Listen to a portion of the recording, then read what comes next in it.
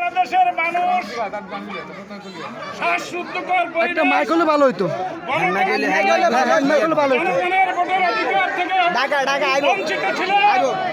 আজকে জনগণের ছাত্র জনতার এই গণতন্ত্র হাইজ্যাককারীর পতন হয়েছে।